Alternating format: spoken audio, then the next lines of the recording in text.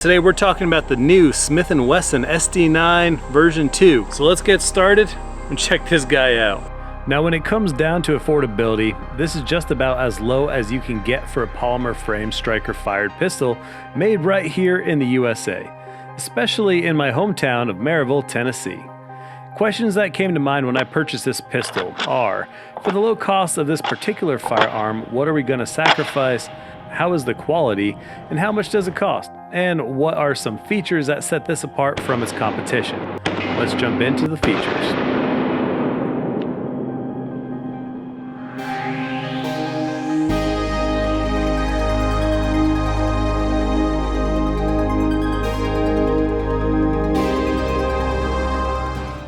Alright, so I just picked this up at the store. What comes in the box? And well, that's it. That's what comes in the box. You got your gun, the SD9, and then you have one magazine. So it only comes with one mag, kind of a bummer. So enough of that, let's just shoot it. All right, so here's the magazine it comes with. We're gonna test it, see how many we can squeeze in there.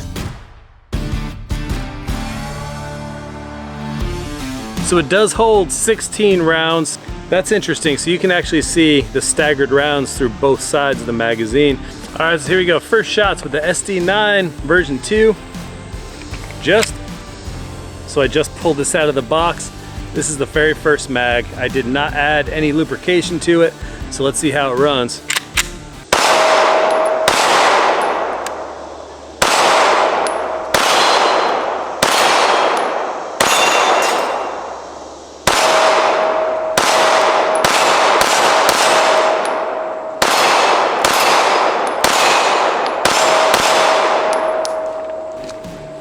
All right, so with first mag, Blazer Brass, 115 grain FMJs, it locked back just fine. One thing that I hate is having to rip magazines out.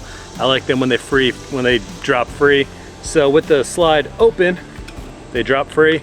There's not too much tension, even if it's not a straight vertical positioning, they drop free. Now when you close the slide, sure enough, magazines drop free. That's actually a good thing. So I hate ripping and pulling magazines. Let's hit the Dueling tree from Shooting Targets USA, see how that runs.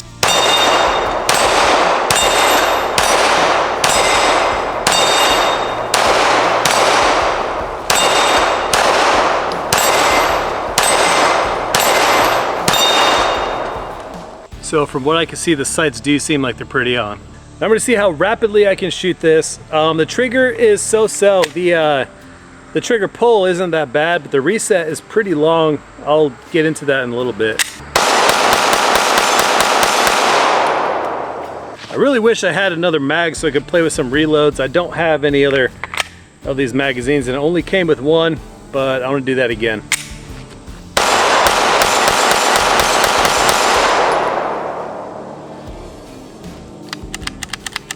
All right, let's see what happened. The slide is forward. Oh, it just didn't lock back. I thought it was a failure, but it's not. Now it's possible with me choking up on my grip, my thumb is riding on that slide release or hold open lever right there, so that's a possibility.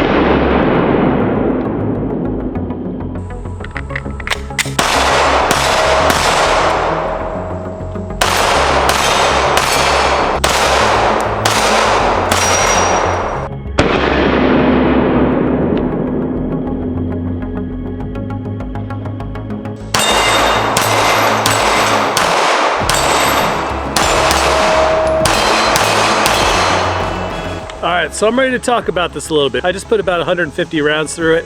Again, this is just out of the box. First of all, overall impressions.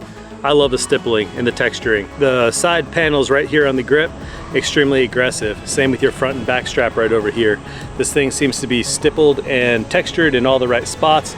Up here where your support hand would be, there's a little texturing up here on both sides, so it gives you the ambidextrous, whether you're right-handed or wrong-handed, it's got you covered. So you've got front and rear serrations, then you have these anti-glare serrations right up top over here. So also on the front over here, you have a 2-slot pick rail if there's a light that you want to mount. And then there's a low profile slide release / hold open right up here. So now, the performance feels good. The trigger, I'm gonna say is so-so. So the trigger itself is okay, and I know it's a huge improvement from the original Gen 1s. What you have right here is a flat blade trigger with a trigger safety right over here. The trigger safety isn't depressed. This trigger will not go home. Once you press in that trigger safety, you drop your hammer. Now check this out. Now my biggest complaint with this guy is a super long creep, the super long reset on this. That's your reset. Now the trigger pull, there is a little take up right there. Then there's a little creep. Now when you're at the back wall of that creep, it's very predictable. Boom, it has a clean break. So the trigger is not bad. It's around a 6-pound trigger pull. So it's a good defensive trigger. It's by no means anything ready for competition.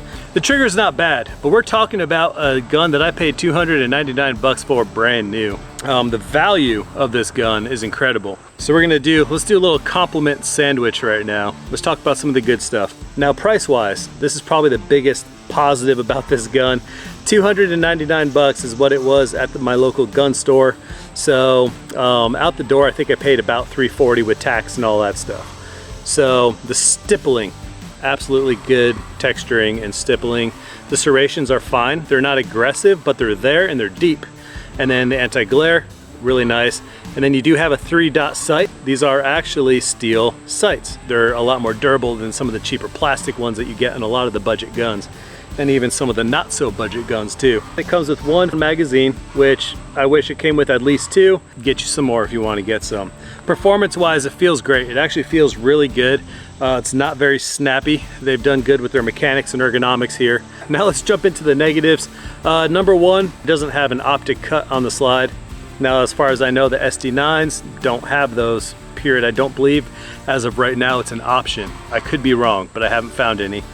And then the only other thing, I would say the trigger isn't great. It's not bad, but it's not great. So I'm kind of indifferent. I'm kind of spoiled also. And then the last complaint of mine is you only get 1 magazine. Honestly though, like I said, you're talking $299. You can look at any of the other budget guns out there and there's a lot of features that you're not getting. Now you want to know what my favorite part about this is? It's really hard to show on camera because the writing is so smooth. Boom, right there under the Smith & Wesson name, says Maryville, Tennessee. That's my hometown. Overall, I'm actually very pleased with this gun. For a $300 gun, it's impressive. It's very shootable. It doesn't feel like a cheap gun. The polymer doesn't feel cheap. It has a good balance to it. If you're looking for maybe a first gun or something that's not as expensive, just a budget gun for the collection, I haven't noticed any issues, premature wear, anything like that in the relatively low round count that I've done. So thank you all for watching. Hope you enjoyed it. I'll see you guys later.